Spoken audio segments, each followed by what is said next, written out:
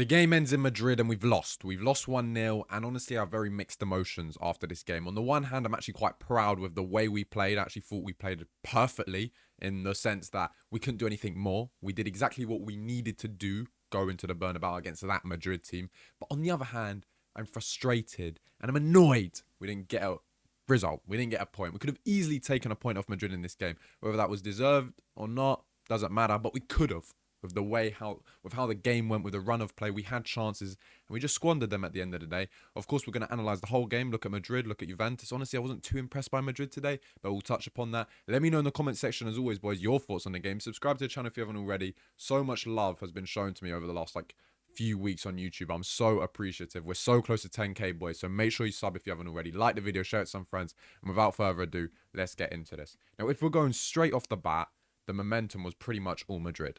And that was down to the fact that they had 66% of the ball. They pinned us back like crazy. We're a coat, bro, in the summertime. We were on a pin. Coat on a summer, it's not getting used, bro. It's just hung up, pinned against the wall. And they had us on the back foot for the whole game. But we knew this was going to happen. Going to the Bernabeu, going against that Madrid team. A Madrid team that dominates the ball. A Madrid team that has very, very good technical players. A Madrid team that are better than us on paper. That going into this game with better form. Top of the La Liga. One of the best teams in the world. A top 5, 6 team in the world right now. We knew we weren't going to have most of the ball. And this is why I like the performance we had. Because I think we played exactly how we were meant to play. And the only way we could have played. It was sort of like Pep Guardiola going to the Emirates this season. If you remember that game, you knew that Arsenal had about 70% of the ball. Like, Pep went to that game knowing he wasn't going to outpossess Arteta's Arsenal. And we knew we weren't going to outpossess Madrid. So what do? We hit them in transition. Like City that's not even a word. Hit Arsenal in transition. But the issue was we didn't take our chances. In terms of total shots, they're 28. They were absolutely peppering our goal. They were shooting from left, right, centre, in the box, outside of the box. Mbappe, Vinny, Jude, Goulet, Valverde. Everyone, absolutely everyone was hitting it. It was crazy, bro. They were just shooting from every single angle and they were putting so much pressure on Gregorio, who had an excellent game. We'll touch upon him after. But look at this, bro. Big chances. Real Madrid had 2. We had 1. So we created chances. They didn't bury their chances for a multitude of reasons. But we didn't at the end of the day. And we still created, 1 big chance, 13 shots. We had moments in the game. Their goal at the end of the day was great work by Vinny. It was absolutely incredible play by him on his right, takes onto his left, beautiful shot. It hits the post and it falls and rebounds to Bellingham. At the end of the day, it's a lucky finish. It fell straight to his feet. It's a tap-in. But they created their luck there because they were mounting so much pressure. The goal was kind of inevitable. It wasn't the best goal in the world, but they sort of did deserve it. In terms of the lineup from our behalf, these are the match ratings. But in my opinion, the man of the match was not Bellingham. Bellingham actually had a really poor game. It was Di Gregorio. Di Gregorio today was absolutely excellent. 8 saves. 8 saves. And, bro, there were 4 or 5 major saves. The first half against Mbappe on his left foot, top level save. Elite level save. The second half on Mbappe again. And then the rebound on Brahim Diaz. Excellent save. The save on Valverde, excellent save. Just like Di Gregorio in the Club World Cup game against Real Madrid, pulled off an absolute worldie of a performance, turned into 2006 Buffon. He did the same today, and he dropped an absolutely incredible, iconic, one for the history in terms of Juventus individual keeper performances in recent years, I would say. Performance at the Bernabeu. He was by far and away, I think, our best player because of the saves. He was so reliable in there. I thought he commanded his box extremely well today. That's something I've been critical of Di Gregorio in not his career, but in recent games, let's say. Commanding his box. Sometimes he's a little bit shy. Sometimes he's not as vocal as he probably should be. But today he was absolutely excellent. And he didn't put a foot wrong. He kept us in this game.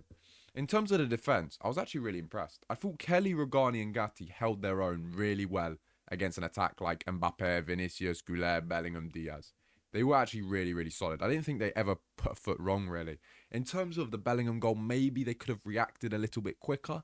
Maybe, but Vinny's shot was so fast and it just hit the post and it sort of rebounded. You kind of don't know what's going on. It was all kind of a blur, a blip. So I can't really blame the defenders on that. I thought Gatti, bro. Gatti was one of our best players today. This guy almost scored at the Bernabeu. That strike was insane, and it was a really good save by Thibaut Courtois. It was an absolutely excellent strike. And if Gatti had scored that, we would have all gone crazy. But I thought he was really good defensively today. He did his job. Same as Rugani and Kelly. Like, Rugani's one of those where Rugani's rise at Juventus has been very stagnant. You know, he burst onto the scene at a young age, trying to forge his way into one of the best defenders we've ever seen in Italian football history. Never really got the love he deserved, probably. Never really got the game time he probably merited, right? But I think since he's really come in this year, even in the Club World Cup against Madrid, I don't think he's put a foot wrong. I think he's looked really, really good. And Rugani's one of those where you can rely on him. You can rely on him. Obviously, here it says he had the least touches, but he's not a ball-playing centre-back. We know that. He's one of those centre-backs that does the nitty-gritty side of the game. He's good in the air. He's physical. He's aggressive. He's an old-school Italian defender, you know? At 31, I think he had a good performance at the Bernabeu. And Kelly as well, I thought was good as well. There were times where he probably should have gone long instead of trying to always play Cambiaso, Kelly. It was like a diamond almost. They were always trying to play out from the back in these sort of areas, these three here. And had my heart stressing too much, bro, because there were a couple of times where we lost it. There was a couple of times where their press was actually quite insufferable. And we conceded a couple turnovers. But overall, the defence was strong. I thought Cambiaso today as well had a much better game compared to Como. The Como game wasn't his best game. We know the defending against Nico Paz on the goal was a little bit questionable. The reason we don't know why he let him go on his left foot, I think that was a mistake from him. But today, I thought he dealt with their attack pretty well. There was only really one point in the first half where Mbappe had the ball in this sort of area, did about 52 step-overs, put Cambiaso on his bum and cut it across the Eder Militao, actually. It was a really good opportunity. He skied it, luckily. But I think he was really only on the ropes one-on-one once from Kylian Mbappe. I thought he defended crosses extremely well today. There were a couple times in the first half where Madrid were launching deep, deep crosses into the box and Cambiaso was clearing every single one against Valverde as well. Tall, physical, imposing attackers. Well, he's not an attacker, but attacking threat in that sense there. And I thought Cambiaso held his own really well. On the other hand, Kalulu, and I actually have a mixed feeling here. I did play a fact. He lost the most duels in the match. I didn't really expect that, to be honest, from watching the game. I actually thought he won quite a few duels. But okay, whatever. I wasn't even going to point that out. Kalulu's weird because I've said numerous times this season, I don't want to see Kalulu play in that right wing back role. Because for me, without Bremer, he's actually our best centre half, in my opinion. And I want to see him in that centre back role. And today, I think encapsulates why I believe that. Now, Kalulu is one of those guys that works really hard. Defending one-on-one, he's good. His recovery is good. He's physically imposing, okay? But Kalulu, where the aspects of the game that Kalulu lacks in are sort of the aspects that a wing-back, an offensive wing-back should thrive in terms of technical ability, in terms of beating a man one-on-one, in terms of ambipedalness, left foot, right foot, in terms of final ball, decision making in the final third. And Pierre Kalulu doesn't have that because he's a centre-back by trade. Now, you're going to hit me with he played right back last year with Motta, but a right back and a right wing back are two different positions. A right wing back has so much freedom and so much liberty to do what they want in the final third, especially in this sort of system. It wasn't a 3-4-3 at all. It was a 3-5-2 flat with Vlahovic and Yildiz as the two strikers. The wing backs are so important in build-up play, in creating chances in the final third. And there were so many chances where Kalulu was sort of in this position over here, one-on-one with Carreras. That's two.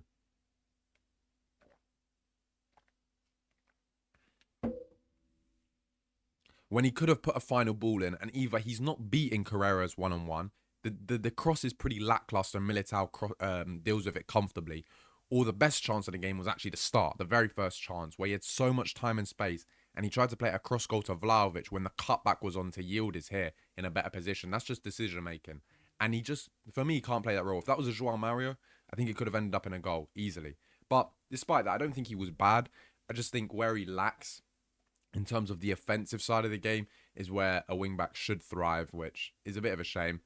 Koopmeiners today, he was a little bit quiet. He didn't really get on the ball too much, but he did his job. He was like a silent worker today. He just did what he needed to do. I don't think he really raised the level too high, but I don't think he put a foot wrong either. I think he complemented the other two quite well. And I think Koopman is in a midfield three we've seen looks a lot more secure compared to a double pivot. On the other hand, Thuram was one of the best players on the football pitch. And I have no idea why he got hooked, why he was the first player to get hooked, because he was bossing that midfield. Physically, he was beating Bellingham. He was beating Tchouameni. He looked absolutely incredible today. And do not go off these match ratings.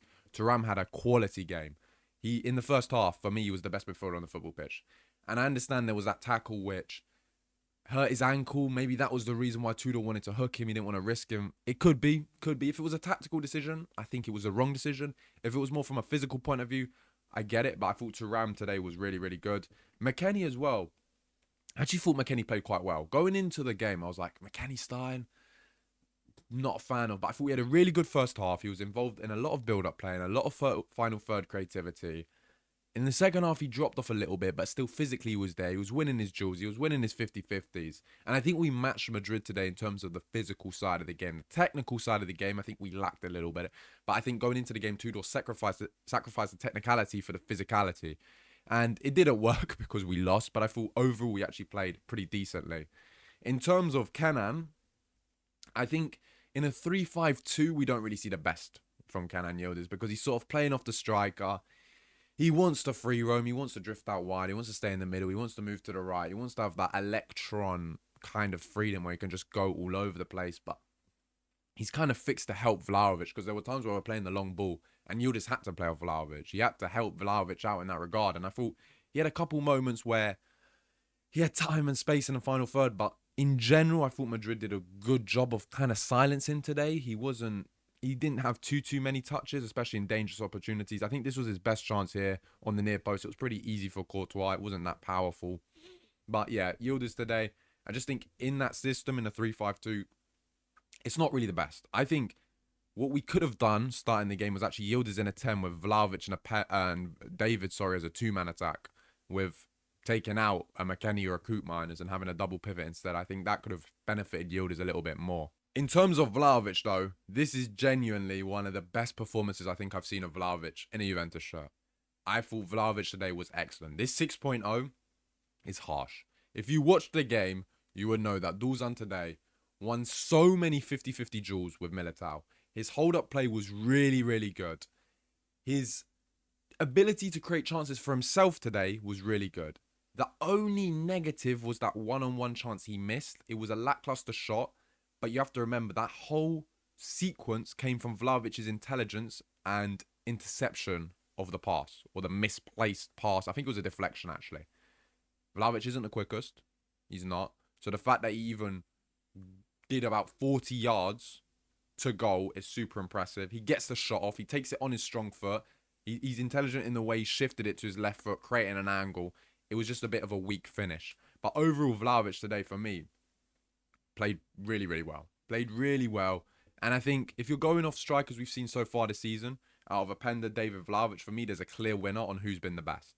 And I think there's levels to it, if I'm being honest. And I think Dusan has proved to all of us that this year, he's been our best striker. Overall, from our perspective, we had a lot of chances. We didn't take the Vlahovic one. Now I'm going to get onto the subs where we missed some chances. And that simply is down to Openda. I actually think the best chance of the game alongside the one-on-one fell to this man right here. It is really frustrating because he did quite well to get the ball over to David. David plays him a first touch pass to set him up perfectly on his left foot in the box. Wrap it. Chicken, wrap it. Bacon, wrap it. Halloumi, wrap it. Ham, wrap it. Cheese, wrap it. Whatever you want to put in your wrap. Wrap your left foot around it and finish. Hit the target. He takes a touch and it gets blocked. Don't take a touch there. Hit it first time. And that's probably a confidence thing because I'll be real. Since Openda's come in, he's not looked good. He's not looked at the level that we paid 40 million for. He's looked shaky. And I understand that he's had lack of game time. He's barely started. I don't even know if he started a match yet. But in a moment like that against Madrid at the Bernabeu, you can't feel pressure there. You cannot feel nervous. You have to bury that chance. A world-class elite level attacker is finishing that. Vlahovic there on his left foot is finishing that, bro. Zagrova on his left foot there is finishing that. Conceição there on his left foot is finishing that. For me, Openda had to do better there. Same as David. I thought he actually set that up really well. I probably would have subbed in David earlier. I thought these subs were too late. The Conceição one I get. But after the goal, when Jude scored, when did Jude score? It was like the 58th minute or something. I don't really remember. It was early. It was like there was still a good half an hour left. I would have made a triple sub there. I would have made a triple sub straight away, because the way I was looking at this game was, look, going to the Bernabeu, you know you're on the back foot. You know you're the underdog in the sense. Like, losing there's no real shame. Well, of course, you don't want to lose in general, but you can still qualify for the playoffs by losing at Madrid. So you're already playing good. You're creating chances. You're doing what you need to do to get by in this game. Madrid have just gone 1-0 up, but you're still creating chances up until that goal, and you created chances more. Why not make a triple sub? You got nothing to lose, everything to gain. Yeah, you might lose the game 2-0. You might even lose it 3-0. But realistically, goal difference could play a part in it. But if we still control the controllables in the future games, goal difference shouldn't matter too much. Because I'm going to touch upon our fixtures list to come. But we have very winnable games. So in my opinion, there and then, I would have made a triple sub, bro. I would have looked at removing a midfielder like a Koopmeiners or a McKennie, bringing on a more creative midfielder like an Adzic, or if Miretti was match fit, obviously I don't know, but if he was match fit, potentially entering him into the equation, but probably an Adzic in terms of the creativity, keeping Kenan on the pitch, because that for me was an error, subbing Kenan and Thuram, two really, really odd changes in my opinion, because taking Yildiz off basically means you have no creative threat on the pitch. Like, he's our most creative player, he's our most reliable outlet. So taking him off for me was strange. So I would have brought on Conceição or Zagrova in that moment, but Zagrova just came back from injury, like Miretti, so I don't know how match fit they both are. David, straight away. And then I would have brought on Adzic, bro. For me, Locatelli was a pointless sub. Like, what is Locatelli really going to offer to win us the game? He's a dictator. He's just going to pick up the ball, kind of spray it, whatever. He didn't really raise the level. You don't really need that in that moment. You need more of a creative threat, more of a final third threat to try and find a goal, to try and unlock their defense, to try and create something magical almost, you know? So for me, it was a question of wrong subs from Tudor, if I'm being honest, in terms of timing, in terms of personnel, even Kostic right at the end. Like, you may as well just throw on Zagrova. But to be honest, it was a positive performance compared to the previous games we've seen from Juventus up against the best opponent we've faced this season. So I'm not too disheartened, if I'm being honest. Like, I'm quite smiley, bubbly in this reaction despite us losing, because I actually saw a lot of positive signs. I like the fact that Tudor changed his system, went for a 3-5-2, tried something different. Probably not the system I would have played, but the counter-attacking football worked. It did work. In terms of Madrid, I'm not going to go one by one on Madrid. First of all, Bellingham wasn't the man of the match. He actually had a really, really poor first half. But obviously, he's still adjusting to match fitness, I know. This was the first full 90 I think he played. He wasn't their best player. I think Goulet was probably their best player overall. He was absolutely everywhere. Valverde as well. I thought Asensio was good. Militao was good at the back. Carreras, for me, was a little bit suspect. Mbappe causing problems as always. Vinny looked sharp. But I think Goulet was their best player. He was absolutely everywhere, bro. On the left, down the middle, defensive work. He covered so much ground, bro. He was like Kante today, you know. And Goulet in that midfield role, I think, is absolutely excellent. I think Xabi Alonso is really getting the best out of him in that number 8 role. And in terms of Real Madrid today, yes, Di Gregorio made a lot of great saves, but I think they squandered a lot of opportunities. They weren't ruthless enough. I look at this Madrid team and I think so far in the La Liga, they've been the most consistent team and they deserve to be first. But I'm really looking at them thinking, are they the favourites right now? I got Bayern over them. I got PSG. I got Arsenal over them. I think they're the top 3 favourites for the Champions League right now. But Real Madrid will still be in and around there. Of course, they still got Trent coming back and other big players. So this Madrid team, fair play to them. They got the job done in the end, but we could have easily snatched a point. In terms of the table now, we're in 25th with 2 points. Only 1 point behind 18th in Marseille. Of course, we know the top 24 qualify, but last year it was 11 points to get in the top 24. It has been a pretty poor start in my opinion, but we have faced Dortmund, Villarreal and Real Madrid in our first 3 games. Those 3 are 3 of the toughest games we have to play in general in the Champions League. In my opinion, we should have only really done better against Villarreal. The Dortmund game was like, we made a couple silly errors, but they're a decent side still. Villarreal, we kind of threw it away. And if you look at our fixtures, we got Sporting to play, we got Bodo Glimt, and I believe we also have Paphos as the next 3 Champions League games. That there should be 9 points. And 9 plus 2 is 11. 11 last year was the minimum you needed to finish top 24. We should be confirming playoff football within the next 3 games. Those 3 games there are crucial. Absolutely crucial. We have to win every single one of those 3.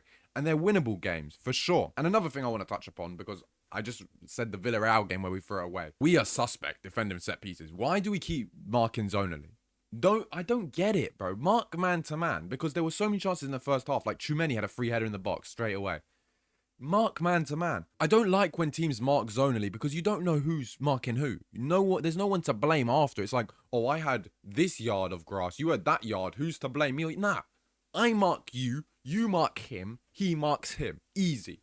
Simple. You can pin the blame if someone loses their man. I like that. That's how football used to be. Zonal marking never used to exist 25 years ago, 20 years ago. It's all this new age stuff. I don't like it when teams do. I don't like it when teams full stop do it, let alone Juventus. So can we just mark man to man? And we got tall players as well. We'll be fine if we mark man to man. Overall though, disappointed that we didn't get a result in the game. At the same time, I kind of knew we were going to go there and most probably take the loss. But I like the fight from the boys. I like the spirit that the team showed today. I like the resilience. I like the change of character compared to the Como game. I really like that. And we created good opportunities. We can only really blame ourselves for not taking them. And also thanking Gregorio that it was 1-0 in the end. But look, guys, let me know in the comment section what you thought about the game. As I said already, subscribe to the channel if you haven't already. We're so close to 10k. Like the video, share it to some friends. And without further ado, I'll see you in the next one.